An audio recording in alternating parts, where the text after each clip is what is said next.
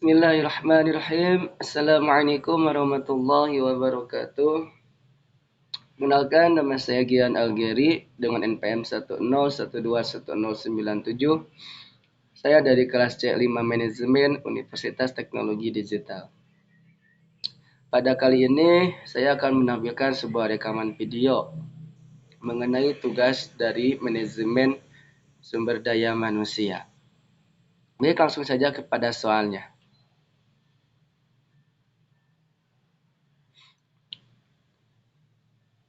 Soal yang pertama yaitu ada, jika Anda seorang manajer SDM pada sebuah factory outlet atau FO, rancanglah sebuah contoh pelatihan untuk seorang supervisor pemasaran untuk FO Anda dengan poin-poin sebagai berikut. Pertama ada nama pelatihan, analisis kebutuhan, tujuan pelatihan, lama pelatihan, peserta, tempat, waktu, metode pelatihan, evaluasi, perkiraan biaya perencanaan, dan perkiraan biaya pelaksanaan per tahun.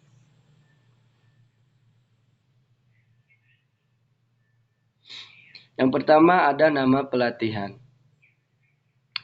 Nama pelatihannya yaitu pelatihan supervisor pemasaran.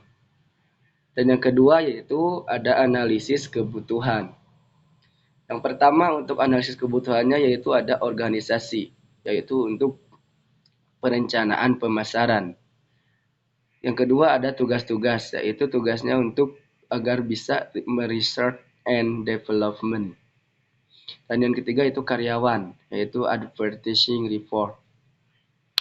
Dan yang ketiga ada tujuan pelatihan. Tujuan pelatihannya diantaranya yaitu pertama memberikan pemahaman tentang sales management. Dan yang kedua yaitu untuk meningkatkan skill dalam pemasaran.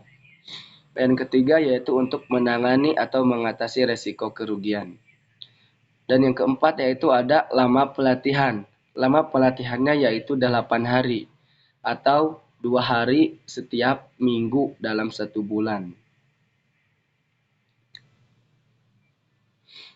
Yang kelima yaitu ada peserta.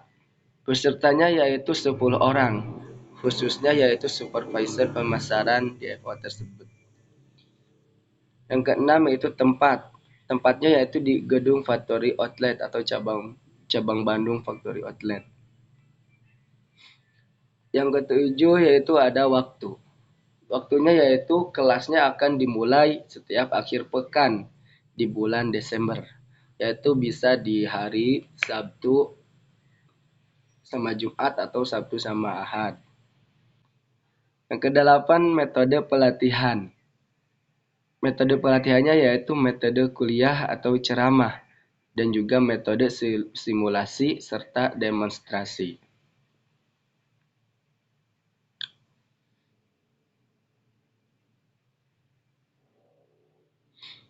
Untuk 9 yaitu evaluasi. Untuk evaluasi reaksi yaitu pada akhir pelatihan dan 2 bulan kemudian. Hasil belajarnya yaitu akhir pelatihan plus 2 dan 4 bulan kemudian. Perilaku 2 dan 4 bulan kemudian. Store research yaitu 2 dan 4 bulan kemudian. Transfer atau penerapan pelatihan yaitu atasan langsung. Dan tindakan lanjut pada pekerjaan yaitu mencegah agar tidak menjalani penurunan skill dan juga rapat bulanan dengan para pelatih. Untuk 10 yaitu perkiraan biaya perencanaan, yaitu sebesar Rp2.400.000. Itu total tersebut yaitu untuk biaya makan dan minum para peserta yang beranggotakan 10 dan dikali 8 hari. Maka 30.000 per hari dikali 10 orang dan dikali 8 hari hasilnya yaitu Rp2.400.000. Dan untuk ke-11 yaitu biaya pelaksanaan per tahun. Biaya makan dan minumnya yaitu sebesar 30.000 dikali 10 dikali 8 yaitu hasilnya yang tadi 2.400.000. Namun pada pelaksanaannya ada biaya untuk pelatih yaitu 50.000 untuk 2 orang dan dikali 8 hari, dan biaya tidak terduga yaitu 200.000. Maka biaya pelaksanaannya pada tahun tersebut yaitu Rp3.400.000. Karena dilaksanakannya pada hanya bulan Desember, jadi itu hanya 1 tahun saja.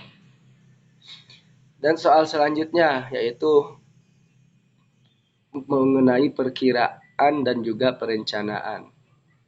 Soal pertama yaitu Anda adalah pegawai pada perusahaan C, yaitu perusahaan konveksi pakaian remaja. Apa yang akan Anda lakukan dalam perencanaan karir Anda? Dan soal yang kedua yaitu saat ini Anda sudah menjadi Direktur SDM dalam perusahaan C. Perencanaan dan pengembangan karir apa yang akan Anda lakukan untuk karyawan Anda?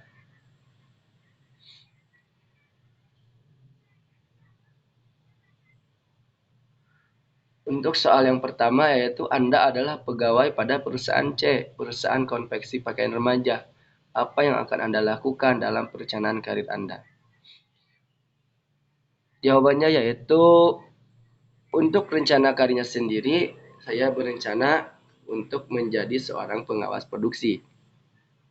Maka dari hal yang harus saya lakukan diantaranya yaitu melakukan pekerjaan dengan penuh semangat serta cepat dan tepat, disiplin dalam waktu juga perilaku, dan jadikan pekerjaan setiap harinya itu sebagai bahan pelajaran dan juga pengalaman. Di mana dalam mengalami sebuah proses akan ada sebuah hambatan, dan ketika ada sebuah hambatan kita harus menjadikannya sebagai sebuah pelajaran. Soal yang kedua yaitu ada saat ini Anda sebuah menjadi Direktur SDM dalam perusahaan C. Perencanaan dan pengembangan karir apa yang akan Anda lakukan untuk karyawan Anda? Untuk jawabannya yaitu yang pertama yang akan saya lakukan yaitu menumbuhkan rasa kekeluargaan kepada mereka di dalam perusahaan, agar mereka merasa nyaman berada di perusahaan tersebut dan akan nyaman juga dalam bekerjanya. Selanjutnya yaitu menumbuhkan kepercayaan diri pada masing-masing di antara mereka, agar mereka yakin dan optimis dengan skill pada dirinya. Karena ketika orang tidak percaya diri dalam melakukan pekerjaannya, maka dia tidak akan fokus pada pekerjaannya tersebut. Tapi ketika orang itu yakin dalam bekerja atau dalam yakin pada dirinya bahwa dia bisa, maka kedepannya dia akan terus belajar dan yakin untuk memperbaiki pekerjaannya tersebut. Lalu memberikan arahan agar kita harus bisa berkembang dan selalu berkembang. Tentunya saya akan mencoba dengan membuat mereka bekerja tidak hanya dalam satu bidang saja, tetapi memberikannya kesempatan dan juga keleluasaan untuk bekerja di bidang lain, agar pengetahuan maupun skillnya pun berkembang, dan di sanalah mereka yang akan memutuskan perencanaan dan pengembangan karirnya. Jadi maksudnya tuh mereka akan diberi keleluasaan untuk bekerja tidak hanya pada satu bidang saja. Misalnya ketika di konveksi, mereka bekerja di bagian pemotong, dan mereka juga bisa bekerja juga di bagian produksi yaitu menjahit gitu. Yang begitu pun sebaliknya di bagian menjahit dia bisa juga bekerja pada bagian pemotong ataupun yang lainnya. Mungkin cukup sekian yang dapat saya tampilkan atau dapat saya sampaikan.